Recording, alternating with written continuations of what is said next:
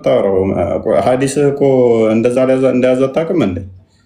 እንዴት በቀኝ እጅህ መብላት ወይንስ በግራ እጅህ መብላት? እኔ መጽሐፉንም እኮ አልሳለም። መጽሐፉንም እኮ ከበላህ በኋላ ጣትህን መጥባት ወይንም ጓደኞችህን ማስጠባት፣ ከወደቀ ምግቡ አንስተህ መብላት፣ ከዛን ደግሞ እንዴት ሰሃኑ እንዴት መላስ እንዳለብህ ሳይ በረካ ነው ይላል እንዴ? ስለ ምግብ ነው እንዴ ትለኛለህ እንዴ? እርግጥ ነው ታስልሳለህ ስር ስላለው ሰው ሆቴል ገብተህ? አዎ አስልሳለሁ። ወይኔ ምንድን ነው? ኦኬ ጓደኛህ በልቶ እኔ ጠግቤ ያለው እና 5ቱን ጣቶች ጥባቤ ልትጠባለህ? ምንድን ነው? አዎ ጠባለሁ። ለምንድን ነው የጓደኛን ለምን ጠባለሁ? ሲጀመር ጓደኛ ራሱ ነው የራሱ የሚጠባው። አስልሳለሁ ማለት ነው። እሱስ መላስ ካልፈለገ ተጠገበስ? መላስ ካልፈለገ ይታጠባል። ምን ያገባኝ ስለ ጓደኛ? እኔ ስለ ራሴ ልጅ ከባለው በኋላ እጄን ጠባለሁ። ምንም አደርጋለሁ። ነብይ ደግሞ እንዳትታጠቡ ሳይሆን ያለው ይላሰው ወይንም ደግሞ ስሩ ላለው ሰው እያስልሰው ነው ያለው።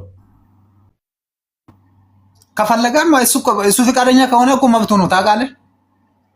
አንተ ፈቃደኛ ትሆናለህ? አብረህ ለሚበላ ሙስሊም ጠግቤ ያለውና ራስ ቢለት ያ ሰውዬ እኔ ፈቃደኛ ከሆንኩኝ ያው ይሰጠኛል። ግን የአንተ ሀሳብ እና የሁሉም ሰው ሀሳብ አንድ አይደለም። ሆቴል ገብተህ የሰው በልተው ከጠገቡ በኋላ ከምንታጠበው ላስ ቢሉ ትልሳለህ ወይ? በረካ ነው ብለዋል። ሳዲሱ ይነበብ በአማርኛም ስላለ መላእክቶች እንደሚሏት መልካም ምን ትይናለሽ? ሀዲሱን እዚህ ጋር ማለት ነው የምር ቁርአን ላይ እንደዚህ የሚል የለም። ሲጀመር መላእክቶች ሴቶችን አይረግሙም። ቴንኪው የኔ ቆንጆ፣ እንዲህ ነው ማለት ያለብሽ። ሴቶች ሁላችሁም ስገቡ ቁርአን ላይ የለም መልአክ አይራገሙም። መላእክቶች ፈጣሪ ልኳቸው የሚራዱ የሚደግፉ የሚያግዙ እንጂ እንዴት ነው እሱ የሰው ልጅ ለወሲብ ብለው ከጠዋት እስከ ማታ ወንዱ ይቅርታ እስከሚላት ድረስ ሊራገሙ የሚችሉት? ደግሞ ፈጣሪ ተብዬውስ እሱ ወሲብ አላደረገሽም ብለው እንዴት ነው የሚደብረው የሚከፋው ሲራገም? ወሲብ አይደለም የምር አይራገሙ እና ደግሞ እንደዛ ነው ማለት ነው። ትክክል ጎበዝ። ስለዚህ ይሄንን የሚያምኑ ተረት ተረት የሚያምኑ ናቸው መላእክቶች ሴቶችን ገና ለገና ባልሽ ጠርቶ እኮ ቁርአን ላይ አልተገለጸ። እኛም እያልን ያለ ነው ቁርአን ላይ የሌለ ይሄ ተረት ተረት እያመኑ ነው። ሐዲስ ላይ አለ፣ ሰሂህ ሐዲስ ላይ አለ፣ ግልጽ ሐዲስ ላይ አለ። እፎይ ይሄ ነገር ትክክል ነው። እሷ ግን መፍቷን አለመቀበል አይደለ? ሴት ልጅ ወንዱን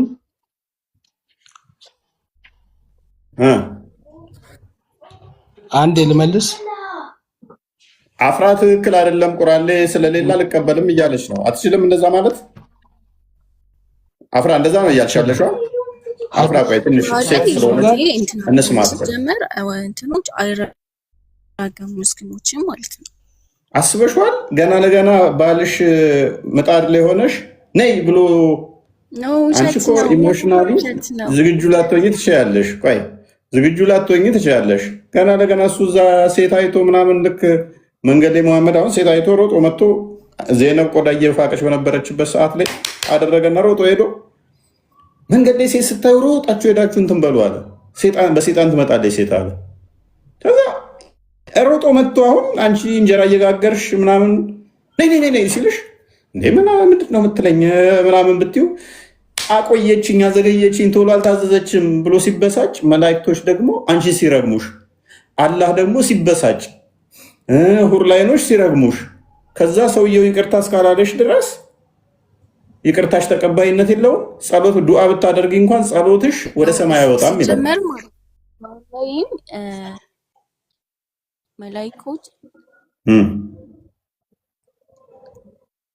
መላእክቶች ሙስሊምን የሚራገሙበት አንቀጽ የለም ቁርአን ላይ ማለት ነው። እኛም የገረመን እሱ አይደል? ስለዚህ አዲሱ የተረት ተረት ነው፣ አትቀበዩ ማለት ነው። ጌታ ኢየሱስ አዲሱን አትቀበዩ ማለት ነው። ዝናም አይደለም አዲሱን አትቀበዩ ማለት ነው። እንግዲህ ወደ ዛሬው ርዕሳችን እንግባ። የዛሬው ርዕሳችን ላይ የምንመለከተው ሴቶችን በተመለከተ ነው። እንግዲህ ያው በእስልምና ከመላእክት አንደኛው አገልግሎት ምንድን ነው? ሴቶችን መራገም ነው። የመላእክት የመጀመሪያው ሊባል በሚችል መልኩ ማለት ነው። የአብዛኛውን ሴቶች ህይወት ከሚዳስስ ነገር ውስጥ አንዱ መላእክት ይረግማታል የሚል አለ። ያንን እሳቤ ያንን አስተምሮ እንመለከታለን ማለት ነው። ኦኬ እሱ ምንድን ነው? ባሎቻቸው ለወሲብ ሲጠሯቸው እምቢ ካሉ ሌሊቱ ሙሉ መላእክቶች ሲረግሟቸው ያድራሉ። ባልየው ተደሰተ አልተደሰተ የባልየው ስሜት በተነሳና በበረደ ቁጥር ኤኒዌይስ ከሙስሊሞች እሱን እናያለን።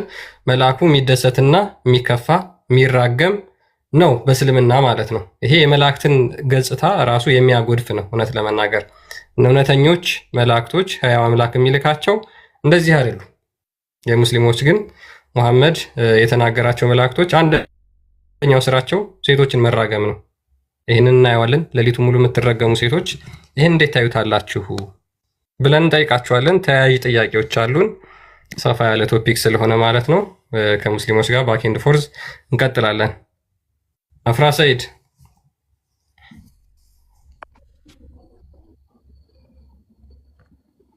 አፍራን ሰይድ አላገባችም ተረግማ አታውቅም ትላለህ።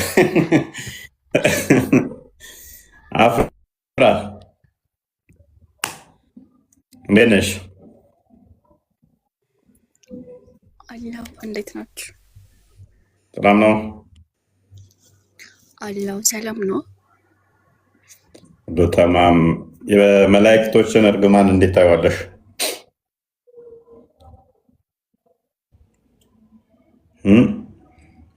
መላእክቶች እንዴት ይራዳሉ ትላላችሁ? መላእክቶች እንዴት ታማልዳሉ ትላላችሁ? እንዴት የሚለው ጥያቄ ብዙ ጊዜ ሙስሊሞች ነው ጭንቅላታቸውን የሞላ ነው። ገብርኤል እርዳኝ እንዴት ትላላችሁ? ሚካኤል እንዴት ይከተለኝ ትላላችሁ?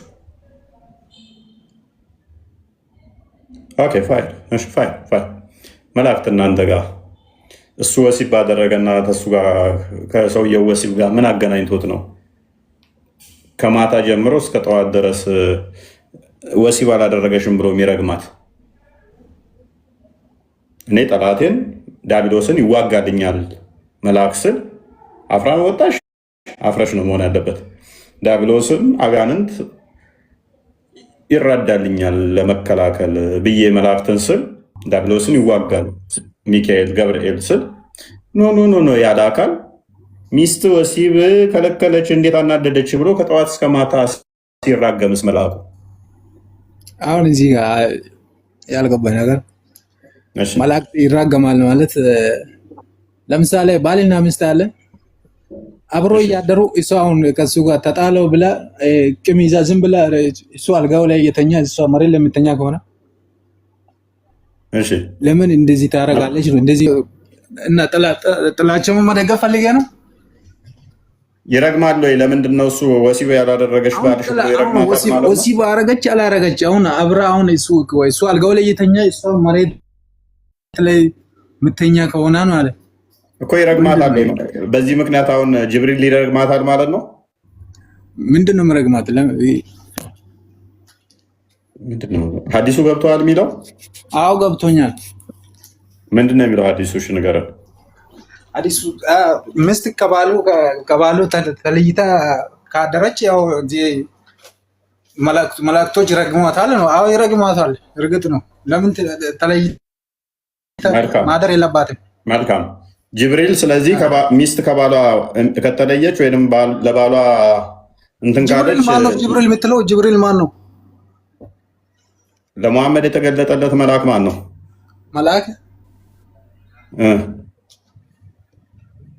ምንድን ነው የተገለጠለት ማለት? ወሐይ ማለት ነው። ጅብሪል ወሐይ ነው ማለት ነው። ወይ ማለት ነው ጅብሪል ማለት ጅብሪል ራሱን ችሎ ጅብሪል ነው፣ መልአክ ነው አይደለ? ጅብሪል ስለዚህ መላእክቶች ይረግሟታል አልከኝ አይደለ? እና ጅብሪል ነው ጅብሪል ማለት ነው። መላእክቶች ማለት ወሐይ ነው። ጅብሪል መልአክ አይደለም እንዴ? ጅብሪል መልአክ አይደለም? ሴቶች ጋር የሚመጣው ወሐይ ነው። ጅብሪል መልአክ ነው አይደለም? መልአክ ነው። ስንት መልአክ ነው አለው? አንድ ጅብሪል ብቻ ነው አለው እኮ። ለምሳሌ አንዱ ጅብሪል ከዛ ውስጥ ይረግማታል ወይ አልኩህ። ጅብሪል ብቻ ነው ወይ ያለው መልአክ እኮ ነው ያልከው አለው። አንተ ነህ ብቻ እያልክ ያለው። እኔ ብቻ የሚል ቃል ካፌ አልወጣም። አንተ እኮ ነው ይረግማታል አልክ። ጅብሪል ምራገማት ነው ጅብሪል አልኩህ። ጅብሪል ይራገማል ወይ አልኩህ። ሱራፌል አለ፣ ሚካኤል አለ፣ ይራገማሉ። የጅብሪል ከነኛ ውስጥ አንዱ አልኩህ። አሁን ለምሳሌ አሁን ለሰው ልጅ መላእክቶች አሉ። አሁን ይሄ ምጠብቂ አሁን የራሱ ሆኖ መላእክቶች አለ። አንተ ምን ጅብሪል ምናምን ከማለት በፊት ለአንተ ቢነገርም አይገባህም። አሁን በዚህ ሁኔታ አንተ እነዚህ አንዳንድ ቃላቶችን እንደዚህ እየቆረጥክ እያወጣ አንተ እንዴት ትስማማለህ ከሰው ጋር? መላእክቶች ይረግሟታል አልከኝ። ከመላእክቶች አንዱ ጅብሪል ነው። ጅብሪል ይራገማል እንዴት ስልህ ለምን ትበሳጫለህ?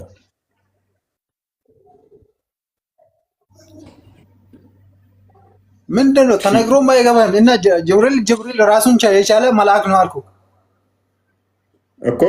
ጅብሪል ይራገማል አይራገምም ብዬ ጠየቅኩህ። ጅብሪል ለምን ይራገማል ነው አሁን ለኔ ያልገባኝ። አሁን ራሱ የላከ መላእክቶች ራሳቸውን ችሉ ስንትና ስንት መላእክቶች አሉ። በእያንዳንዱ ሰው መላእክቶች አሉ ታውቃለህ? አይ ፕሊስ የጠየቅኩህን ግን ሰምተሃል ወንድማችን? ሰምቻለሁ። ጅብሪል ይራገማል እያልክ እኮ ነው። አይ ጅብሪል መልአክ ነው አይደለም?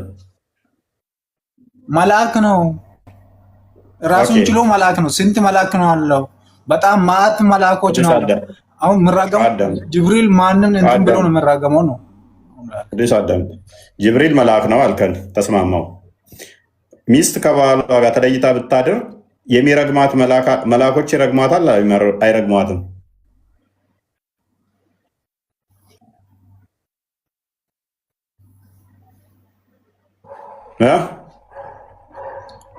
አይሰማም እኮ ድምጽ ይቆራረጣል። እኔ ጋር ይሰማል ይሰማል አይደል? ይሰማል። እሺ መላእክቶቹ ምን እያሉ ነው የሚረግሟት? መላእክቶቹ ምን እያሉ ነው የሚረግሟት? ምን እያሉ አለች እኮ አልኩኝ እኮ ይረግሟታል ከተባለ እኮ ይረግሟታል። ምረግሟት ነገር ምን እያሉት ካለ ራም እኮ ምን እያሉ ነው የሚረግሟት?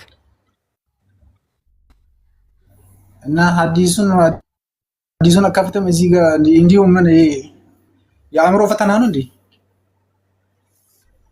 ኦኬ የሚራገሙትን አሁን ለምሳሌ አንተ ሚስትህን ጠርተሃት እምቢ ካለች ሌሊቱን ሙሉ ነው ሲረግሟት የሚያድሩት አይደል? አንተ እስክትደሰት ድረስ ጠርታት እምቢ ካለች አሁን እና እሱ አልጋ ላይ ተኝታ እሱም መሬት ላይ ከተኛ እሱም ልክ በዛው ልክ እሱም እኮ ወንጀለኛ ነው ታውቃለህ። ማስረጃ ወንዱ እሷ ጠርታው እምቢ ካለ እሱ ይረገማል የሚል አንድ ማስረጃ አንድ አይደለም። ሳሂህ ደኢፍ ሐዲስ ቁርአን ውስጥ ግን እሱ ከፈለገ አልጋ ለይቶ መተኛት እንደሚችል አላህ ፈቅዶለታል። አይደለም ለአንድ ቀን 4 ወር ድረስ ጥሏት እሱ ሌላ ቦታ ማደር ይችላል። አሁን ላልካት እሱ ይረገማል ላልካት አንድ መረጃ። እሷ ግን ፔሬድ ላይ ሆና እንኳን ፎንድን ላርግሽ ቢላት እምቢ ማለት አትችልም። የግመል ኮርቻ ላይ ብትሆን እምቢ ማለት አትችልም። ምጣድ ላይ ብትሆን እምቢ ማለት አትችልም። እሷ እምቢ ካለች ሁርላይኖች፣ አላህ፣ መላይኮች ይረግሟታል። አሁን እኮ እንደዚህ ባፍ ዝም ብለህ ከምታወራው አዲሱን እያሳየ ብታወራ አይሻልም እንዴ? ቀጥል። ክርስቲያን መላእክቶች እንደሚረግሟት አውጣው። ኔክስት ተዛ እያልን እንቀጥላለን።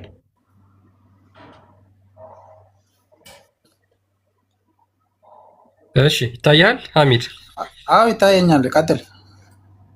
ኦኬ ምን ይላል መሰለ ቡሃሪ ላይ የሚገኝ ሐዲስ ነው። በጣም ብዙ በርካታ ሐዲስ ነው ያለው እዚህ ላይ ኦልሞስት 6 ሐዲስ ላይ አለ ማለት ይቻላል ይሄ ሐሳብ። ምክንያቱም ወንዶቹን በጣም ይሄን ሐዲስ ስታነበው ነው ያስደስታል ወይስ ያስከፋል የሚለውን እስኪ ያንተን ሐሳብ መስማት ፈልጋለሁ። በሐዲስ መደሰት የሚያስከፋኝ ነገር የለም። ሐዲስ ማለት ሐዲስ ነው። ሐዲስ ማለት እያንዳንዱ ሐዲስ አሁን ፍቺው አለ። እሺ እናንተ ብቻ ሐዲሱን ስለብቻ ስለምታወሩ ነው እንጂ ለዚህ ግራም ይገባችሁ ባንዲ እንትን ነገር የለም። እሺ ተረጋጋ። አሁን መሐመድ ከራሱ አይናገርም ይባላል። አላህ የገለጠለትም ቢሆን እንጂ መሐመድ ከራሱ አይናገርም ይባላል። ስለዚህ መሐመድ ይህን የተናገረው አላህ ነግሮት ነው። አላህ ሴቶችን በመላእክቶች እንዴት እንደሚያስረግም ላንብብላችሁ።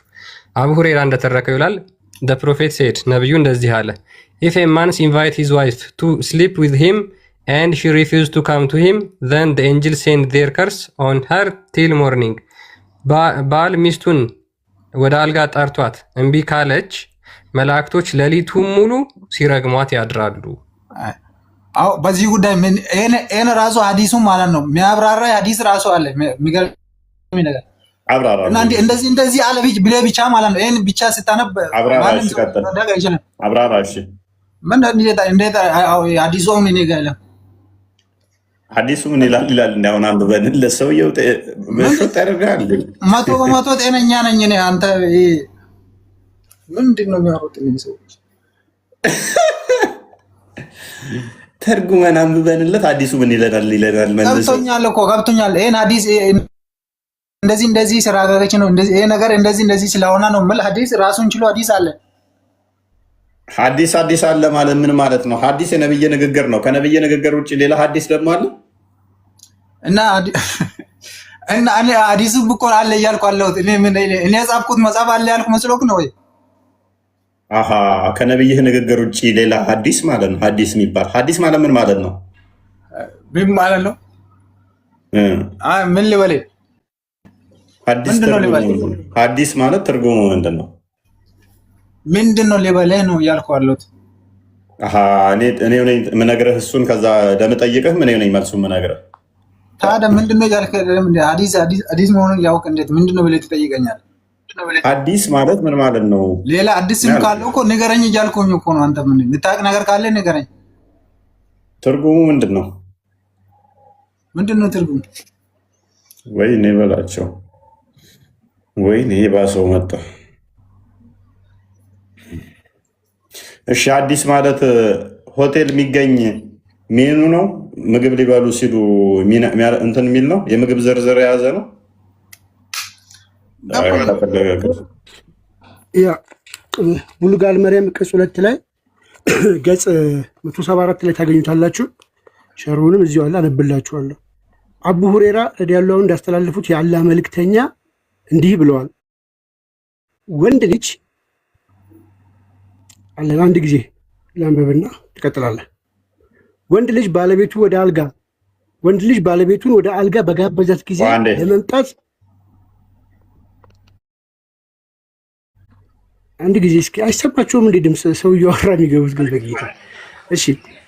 ወንድ ልጅ ባለቤቱን ወደ አልጋ ጋብዟት ወንድ ልጅ ባለቤቱን ወደ አልጋ በጋበዛት ጊዜ ለመምጣት ካልፈቀደችና ተቆጥቶ ካደረ እስኪነጋ ድረስ መላእክቶች ይረግሟታል። ቡሃሪ ሙስሊም ዘግበውታል። እዚህ ላይ የሰፈረው የቡሃሪ ቃል ነው ካለ በኋላ ሙስሊም ባሰፈሩ ዘገባ ደግሞ ባሏ ይቅር እስኪላት ድረስ ሰማይ ውስጥ ያለው አምላክ በእርሷ ላይ እንደተቆጣ ይቆያል ብለዋል። በጣም አሜዚንጉ ደግሞ ስር በደንብ አስተውሉ። ባሏ ለወሲብ ጠራት፣ እምቢ ብትል ፍላጎት ባይኖራት፣ ባሏ ደግሞ በላይት ሁኔታ የሚጠራት መንገድ ላይ እንኳን ሴት አይቶ ተወስሶ እሱ ሌላ ነገር እኮ ቅንዝር ብሎበት ነው ነይ ብሎ ኢሚዲየትሊ ሪስፖንድ ካላደረገች መላኢካዎች ከማታ ጀምሮ እስከሚነጋ ወይንም ደግሞ ይቅር እስከሚጠይቃ ይቅርታ እስከምትለው ድረስ ከዛ ይቅርታ አድርጌልሻለሁ እስከሚላት ድረስ መላኢካዎች ይረግሟታል። አላህ ደግሞ ያኮርፋል። በቃ እንትን አይላትም። አላህና መላኢካው የተረግመው ጸሎቷ እንኳን ተቀባይነት የለውም። ጸሎት ብታደርግም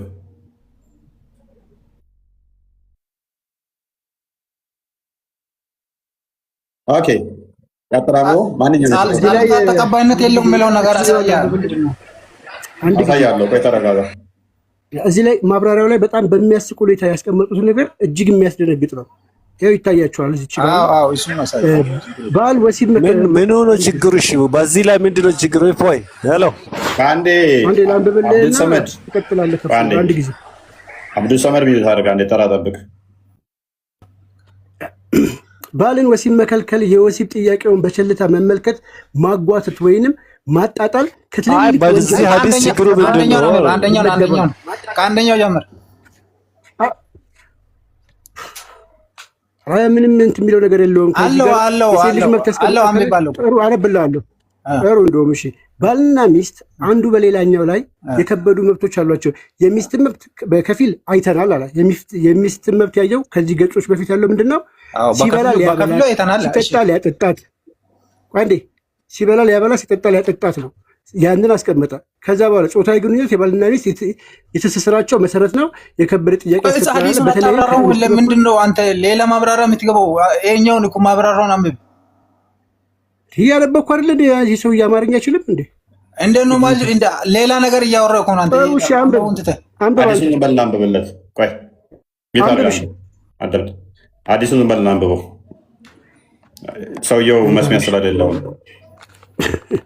ያ ሐዲሱን ካስቀመጠ በኋላ እኔ ሸርሁ ላይ ሊያስቀምጡ የፈለጉት ምንድነው?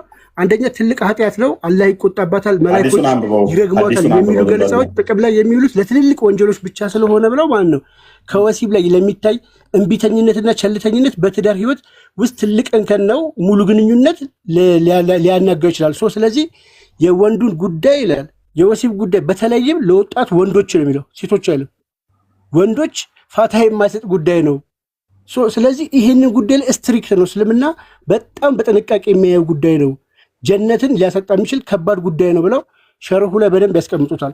ይህንን ሐዲስ ትንተና ብለው እራሳቸው በሰጡት መተንተኛ ላይ ማለት ነው። ለዚህ ሐዲስ ብለው ጀነትን የሚያሳጣው ከባድ ጉዳይ ነው የሚልበት ቦታ የት አለ? አንተ የሌላ ነገር ለምን እንደሚጨምሩታል? መልካም አንብብልኝ። አንተ ምንድን ነው የሚለው ከዚህ ጋር አቦረ እናሰራሁት? ይሄ አማርኛ ሐዲስ ነው አይደል? ቅድም ያነበብክበትን ቦታ ምንድነው? አዙሪው ወደ አለታ ማለት አቦረ እናሰራሁት ወደ ታች ወደ አንብበው። ወንድ ልጅ ለባለቤቱ አልጋ በጋበዘት ጊዜ ለማምጣት ይረግማታል። ለማምጣት ከፈቃደኝነት ተቆጡ ካደረ እስከ ነጋ ድረስ መላእክቶች ይረግማታል አለ። ቡኻሪና ሙስሊም ዘግቦታል። እሺ ቀጥለው እነዚህ በዚህ ላይ እዚህ ላይ የሰፈሩ ቡኻሪ ቃል ነው። ሙስሊም ባሰፈሩ ዘገባ በኋላ ይቅር ብላት እንኳን አሁንም እኮ ሙስሊም አሁን እኮ ያን ሐዲሱን ራሱ አሁን ተቆ ሙስሊም የዘገበውን ሐዲስ ሙስሊም ላይ የዘገበውን ሐዲስ ይሄው እዚህ ጋር ፊት ለፊት እኮ አስቀመጠልህ። ሙስሊም የዘገበው ሐዲስ ላይ በኋላ ይቅር ብላት እንኳን የሰማይ መላእክቶች ይረግማታል። ይቅር እስኪላት ድረስ ሰማይ ውስጥ ያለው አምላክ በእርሷ ላይ እንደተቆጣ ይቆያል ብለዋል። ከዛ በኋላ እዚህ ጋር ደግሞ ትንታኔ ላይ ምን አሉልህ? ባል ወሲብ መከልከል የወሲብ ጥያቄውን ቸልታ መመልከት፣ ማጓተት ወይንም ማጣጣል ከትልልቅ ምኖች ወንጀሎች። እሺ ባልና ሚስት አንዱ በሌላኛው ላይ የከበዱ ካላ ትንሽ እንትን አድርገው አንብበው። እያነበብኩኝ እኮ የከበዱ መብቶች ካለ ጠበብ አድርገው የከበዱ መብቶች አላቸው። እሺ ትንሽ ጠበብ አድርገው ሐዲሱን አይታይም አላቸው። እሺ የሚስቱ መብት በከፊል አይተናል አለ። በከፊል በትንሹ ከላይ በኩል አይተናል አለ። እሺ እዚህ ላይ ከባል መብቶች መካከል አንዱ ተጠቅሷል። ከባል መብቶች አንዱ ተጠቅሷል። ምንድነው የባል መብቶች? የባል መብቶች ያው እሱ አለ እኮ በቃ እዛ ጋር እሱ በፈለገ ጊዜ መምጣት አለ አንዱ ነው አልኩኝ እኮ አንብበው። ይኸው እዚህ ጋር የተጻፈውን አንብበው። አንዱ ነው አትበል አልኩኝ። እሺ ጾታዊ ግንኙነት ለባልና ሚስት የትስስር መሰረት ነው ነው። እሺ የከበደ ጥንቃቄ ያስፈልገዋል። ስለዚህ እና በተለይም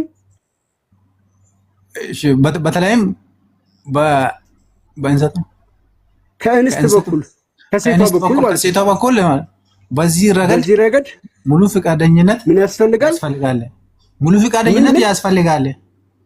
ስለዚህ ባል ወሲብ መከልከል ይላል። ቀጥሎ አይደለ ባል ወሲብ መከልከል ባል ወሲብ መከልከል ጥያቄው ጥያቄዎች በቸልታ መመልከት ቀጥሎ ማንጓተት ወይ ማጣጣል ከትልልቅ ወንጀሎች ይመደባል። ኃጢአት ነው። ትልልቅ ኃጢአቶች ይመደባሉ። መከልከል ትክክል ነው። አዎ ሐዲሱም እንደዛ ነው ማለት እና እኮ እሱ ከፈለጋት እና አላህ ይቆጣባታል፣ መላእክቶች ይረግሟታል የሚለው ቃል አገላጻ ምንድነው? አላህ ይቆጣባታል፣ መላእክቶች ይቆጣባታል የሚሉት ለትልልቅ ወንጀሎች ብቻ ስለሆነ ትልልቅ ወንጀል ሳይሆን አላህ ይቆጣባታል ነው። እና ጀነት ስለከለከለች ከጀነት ማውጣት የሚያደርሰው ነገር እዚህ ጋር ምን አለ? ለምሳሌ ምን አለው? ከጀነትን ትልልቅ ወንጀል አይደለ? ትልልቅ ወንጀሎች ጀነት ያስገባሉ። ትልልቅ ወንጀሎች ከባህር ጀነትን ያስገባሉ እኮ። ጀነት የሚከልክል ነገር ሙስሊም ከሆንኩ ጀነት የሚከልክል ነገር ምንም የለም። ከትልልቅ ወንጀሎች አንዱ ሽርክ ነው አይደል? የመጀመሪያው ትልልቅ ከትልልቅ ወንጀሎች የሚባሉት አላህ መጋራት ነው። አዎ ሽርክ ቢሱ። እሺ ከዛ በኋላ ሴት ልጅ ደግሞ ባሏን እምቢ ስትል አንዱ ትልቅ ኃጢአት ነው ማለት ነው። እና ትልቅ ኃጢአትና ሽርክ አይገናኝም። ኃጢአት ይምራል። አሁን ተውበት ካረገች እኮ ይማራል። ሽርክ ትልቅ ኃጢአት ነው አይደል? ሽርክ ወንጀል ባላይ ማሻረክ አሁን ጀነት አያስገባም። ትልቅ ኃጢአት ነው፣ ትልቅ ወንጀል ነው። ስለዚህ አንድ ሰው ካሻረከ ገነት ይገባል? ካሻረከ አይገባም። እሺ ሴት ልጅ ለባሏ እምቢ ብትለው ማለት ነው ለወሲብ ጠርቷት፣ እሱ ትልቅ ኃጢአት ነው ወይስ ትልቅ ኃጢአት አይደለም? ትልቅ ኃጢአት አይደለም። አሁን ያነበብከው መጽሐፍ አውጣለህ። ለኃጢአት ይረጃል። ትልቅ ስለተባለ ሄዶ አሁን ከሽርክ ጋር እኩል ይሆናል ማለት አይደለም። ማወቅ ያለብን ስንት ትልቅ ስንት አይነት ትልቅ ኃጢአት አለሽ? ለሁሉም ደረጃ አለ። አሁን ትላልቅ ከባህር ወንጀሎች አለ። ማስረጃ ታመጣለህ? ቆይ ትልቅ ኃጢአቶች በ3 በ2 እንደሚከፈሉ ማስረጃ ነው። መፈጸምና ከእስልምና ማሻረክ የሚባሉ ትላልቅ ኃጢአቶች አሉ። ይሄም ትልቅ ኃጢአት ነው። አክቹሊ በነገራችን ላይ ሐዲስ መስጠት አቅቶን አይደለም፣ ሰጣለሁ። ባሏ የተደሰተባት ብቻ ጀነት እንደምገባ የሚናገር አለ። ቱ ዘ ፖይንት ግን አንተ አሁን ሚስትህ ምጣድ ላይ ሆና ነይ ስትላት ባትመጣ አላህ ይቆጣባታል? ሐቁ እኮ ነው። ምን ለዝሙት ነው እንደሚጠራት እኮ አላህ ይቆጣባታል አይደለ? ሐቁ ነው። እሱ ከፈለጋ የግዳው ማምጣት አለባት። ችግር የለም። አንድ ጊዜ እንጀራ አስብቻት ልምጣ ብላ እኮ ነው። አንድ ጊዜ እንጀራው እንዳያርብኝ አንድ ጊዜ የእንጀራ አስፍልት ብዬ እንጀራው ስማ ነው። እንጀራው ስማ ነው። ዋና ማወቅ ያለብኝ ነገር እንጀራው የሱ አይደለ? የሚበላው ማን ነው? ባል አንተ ሚስትህን እንድትጠይቃታለህ። አንተ ሚስትህን ጠየቃት እኮ የነገሩ መጨረሻ እኮ ነው። ታውቃለህ? እዚህ ጋር እኮ መጠየቅ ማለት ሳይሆን የነገሩን እያስረዳ እኮ ነው። መኪና እየነዳች ትጠይቃታለህ። ለምሳሌ መኪና የት አለ? መኪና ምን ነገር ራሱ የለ። መኪና እየነዳች እንዴት ስለሚል ነው። የግመል ኮርቻ ላይ በጥሩም ትስጠው ይላል እኮ ሐዲሱ። ኮርቻ ማለት ምን ማለት ነው? ዋና የግመል ኮርቻ ላይ እኮ እየጋለብክ ማለት ነው። ኮርቻ ላይ መንገድ ላይ እና እንዴት ጥሩ። እሺ አንተ ቢሮ ሆነ እሷ ብትጠይቅ ትመጣና ትሰጣታለህ ወይ ደግሞ ከእሷ ጋር ትተኛለህ?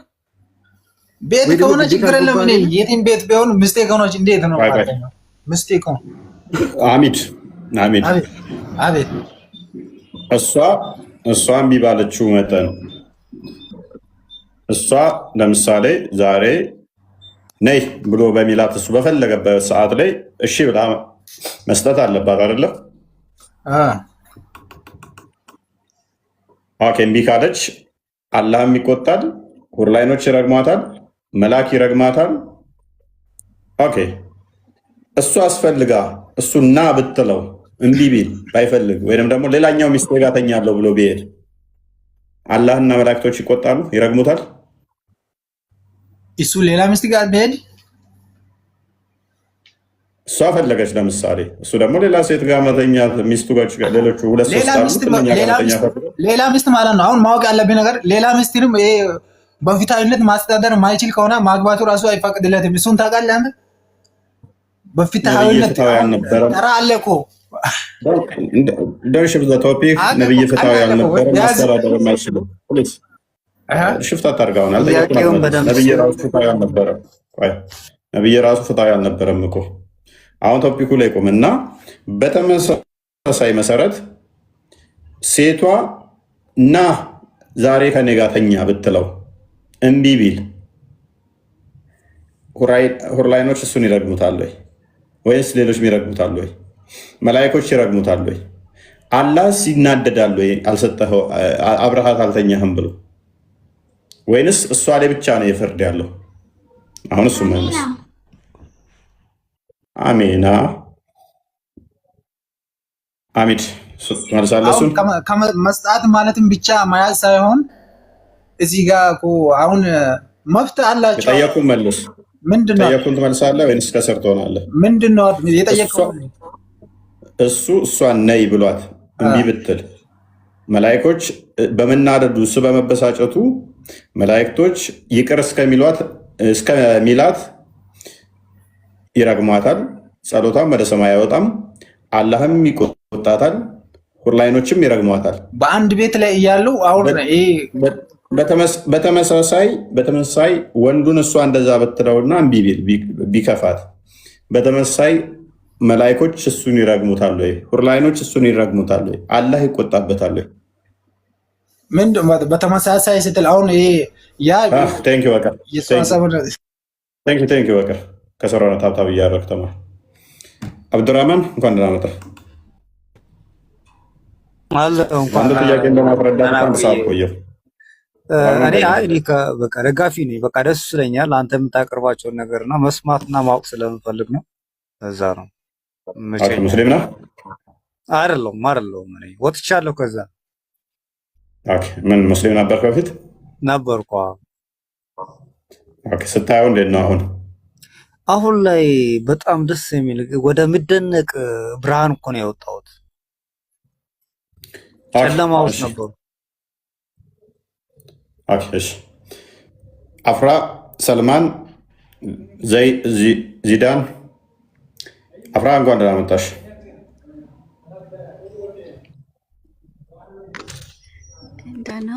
አፍራ ዋናው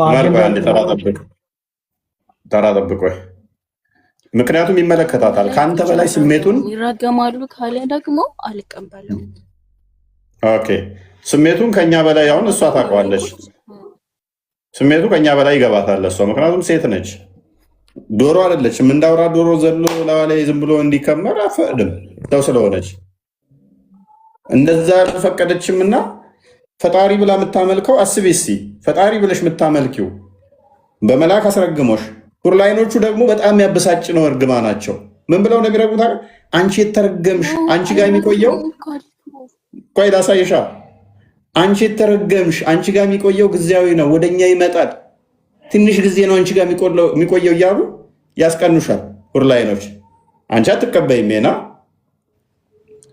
አልቀበልም እሺ አላህም ደግሞ ይከፋብሽና ሰውየው ባልሽ ይቅርታ እስካላለሽ ድረስ ቆይ ከሞተ እንኳን ባልሽ ጸሎትሽ ተቀባይነት የለውም ትቀበያለሽን አላህ ይግደልሽ ነው የሚሉት በነገራችን ላይ ሁረራዮች አላህ ይግደልሽ አንብብላት ይሄ አንድ የግለሰብ አስተሳሰብ ነው እንጂ ይሄው ሪያዱ ሳሊህ ገዝተሽ በአማርኛ ማንበብ ትችያለሽ ሪያዱ ሳሊህ ነጃሺ ማተሚያ ቤት የታተመ ነው ገጽ 203 ላይ ምን ይላል ሐዲስ 289 ላይ ማለት ነው ሙዓዝ ኢብኑ ጀበል እንዳስተላለፉት የአላህ መልእክተኛ እንዲህ ብለዋል አንዲት ሴት በዚህች ዓለም ላይ ባሏን አታሰቃይም ከሁረላይን የሆነችው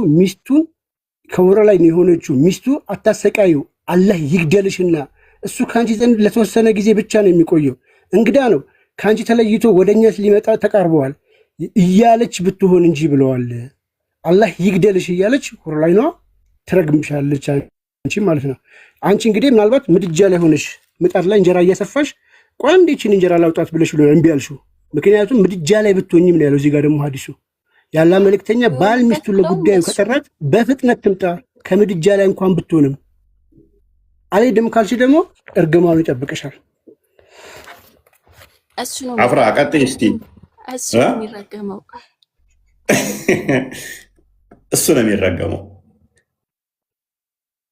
እሱ ነው አራት ቦታ ሄዶ ና ሲባል ቶሎ ማይመጣ ከሆነ መረገም የነበረበት እንደውማ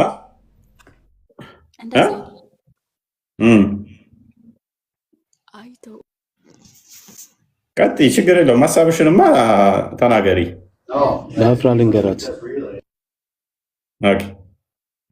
ሰላም ብያለሁ መጀመሪያ ሁላችሁንም። እሱ ሊረገም ሳይሆን አፍራዬ፣ እሱማ ከደበርሽ እኮ ሌላኛው ሚስቱ ጋር እንዲሄድ ተፈቅዶለታል። ገና ለገና ታምሻለች ተብሎ ከተፈራ አልጋ ለይቶ ሌላ ሚስቱ ጋር ላጥ ይላል። አንቺ ግን ከወሊድ ደም ከማንስትሬሽን ደምና ከህመም ውጭ ከዚህ ውጭ በማንኛውም ሁኔታና በማንኛውም ጊዜ ሲጠራሽ አቤት ብለሽ መነጠፍ አለብሽ። እምቢ ካልሽ አንደኛ መላእክት አይቻልም። በማንስትሬሽን ጊዜም ሲጠራት አቤት ብላ መምጣት አለባት። አብዴት አደረገልሽ ደግሞ አብዴት አድርጎልሽ ያለሽ ያኔ ወሲብ ላይ ያደርግሽ ያ ወንድ ላይ ያደርግሻል። አዘጋጀው ክርስቲያን አቤት ብለሽ ወዲያውኑ መምጣት አለብሽ። በማንስትሬሽን ጊዜ የምትሆኝ እንትን የዚህኛው ሐዲሱ ማብራሪያ እዚህ ጋር ምን ብሎ ያስቀምጣሉ? እፎይ ቅድም የተናገርከውን መሐመድ ሴት አይቶ በስሜት እንግዲህ ስሜቱ መቆጣጠር አቅቶት ነው ሄዶ አይደለ? ያንን በደንብ ያስቀምጣል። እዚህ ላይ ምናል በሴቶች ምክንያት የሚደርስ ፈተና ለወንዶች ከሌላው ይልቅ ብርቱና ጠንካራ ነው፣ እንዲሁም ከፍተኛ አደጋ ነው።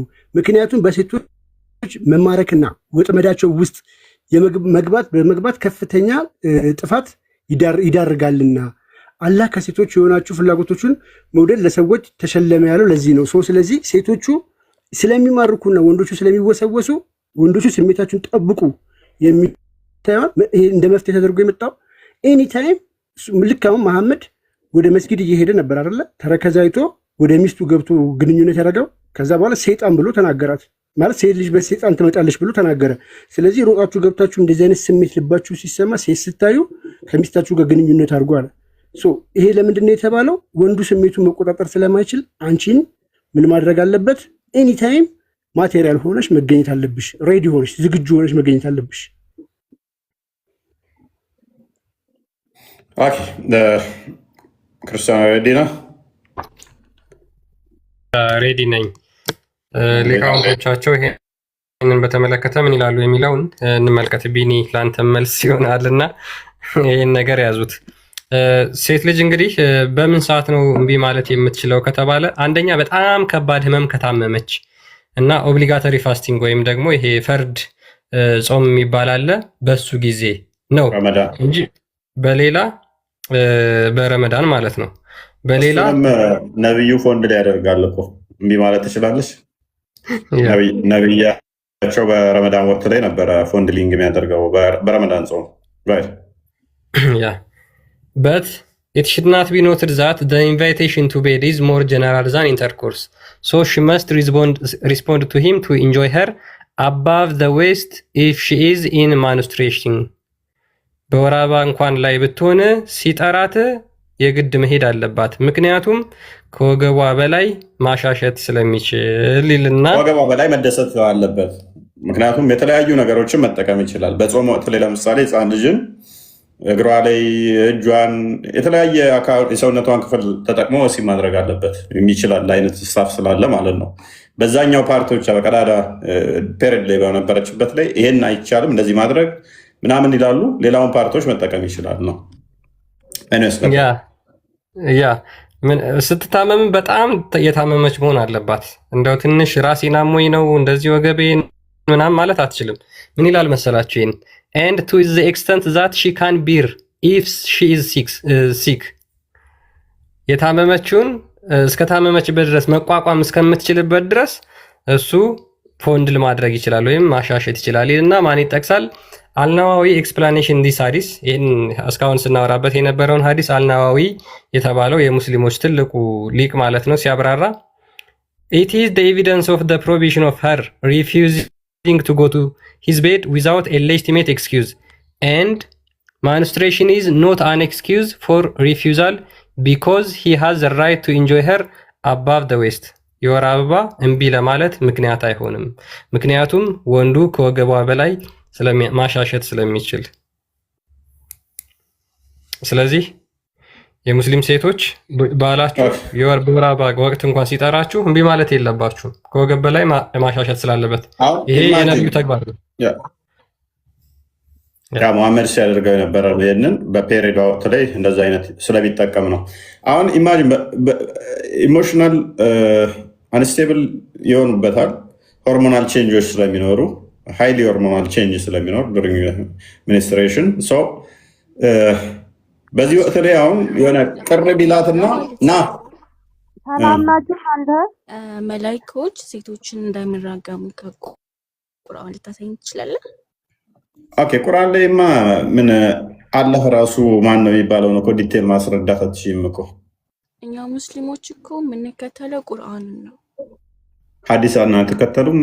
አፍራ ነው እኮ ከሁለቱም ሲሆን ግን ደግሞ ይሄ ሲጋ ብቻ ነው። ኦኬ፣ ከሁለቱም ብቻ ሲሆን ነው የምትከተሉት? ጎበስ፣ ከሁለቱም ብቻ ሲሆን ነው የምትከተለው። ኢሳ ተመልሶ ይመጣል እስቲ የሚል በቁርአን ውስጥ አሳየኝ። አፍራ ከሁለቱም ካልሆነ ትከተሉ ማለት ኢሳ ተመልሶ ለጂዚያ ሊያስቀር እንዲህ ሊያደርግ ይመጣል። ቆይ ተመልሶ ይመጣል የሚል ጥያቄ አለኝ። ቆይ ማለት ተረጋጋ። ሁለቱም ካልሆነ ስለማትቀበሉ እኮ ሴቶችን እንደሚራገሙ ቁርአን ላይ ለምን አልተገለጸም? ይህ ልታስረዳኝ ትችላለህ? ጎበስ፣ ቁርአንሽ ሙሉና ምንም እንኳን የተብራራው ነኝ ቢልም በደንብ ሙሉ የተብራራው ነኝ ቢልም ሙሐመድ ማን ነው የተወለደ የሚታወቅ ነገር የለም።